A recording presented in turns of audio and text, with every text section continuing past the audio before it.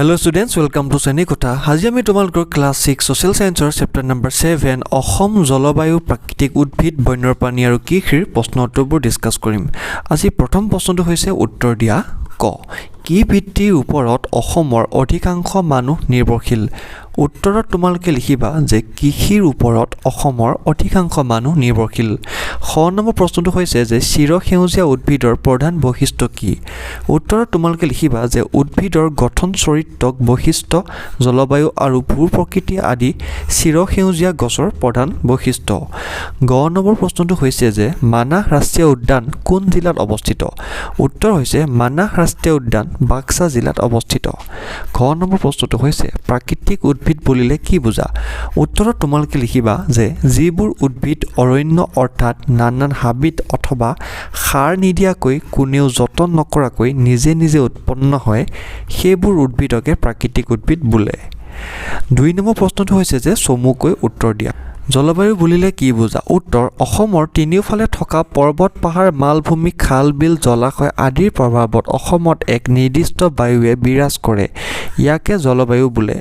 খ নম্বৰ প্ৰশ্নটো হৈছে যে অসমৰ প্ৰধান ঋতু কেইটা আৰু কি কি? উত্তৰ অসমৰ প্ৰধান ঋতু হৈছে 6টা: গ্ৰীষ্ম বৰ্ষা শৰৎ হেমন্ত আৰু শীত বসন্ত।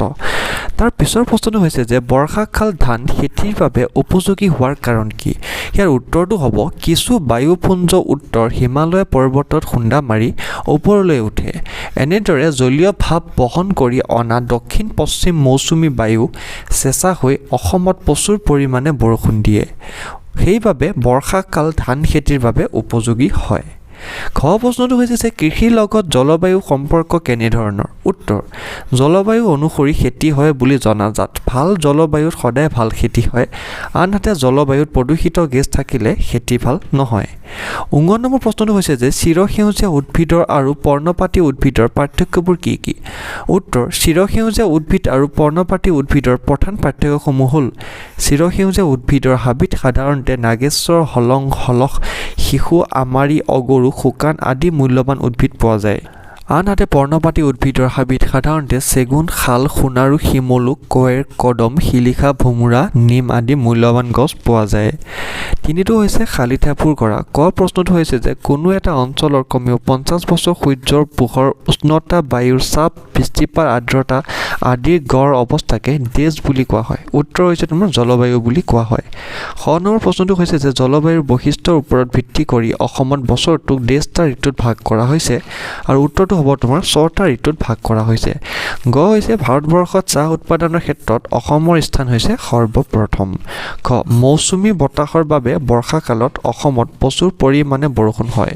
ঙ বৰ্তমান অসমত মুঠ 19খন অভয়াৰণ্য আছে। 6 নম্বৰ প্ৰশ্নটো হৈছে যে কাজিৰঙা ৰাষ্ট্ৰীয় উদ্যান দেশৰ বাবে বিখ্যাত আৰু উত্তৰটো হ'ব তোমাৰ এশিঙীয়া গড়ৰ বাবে বিখ্যাত। দ্বিতীয় প্ৰশ্নটো হৈছে শীতকালত দিন চুটি আৰু ৰাতি দীঘল হয়। তো ষ্টুডেণ্টছ আজিলৈ ইমানেই। আমি নেক্সট ক্লাছত ইয়াৰ পিছৰ পাৰ্টটো ডিছকাছ কৰিম। Thank U.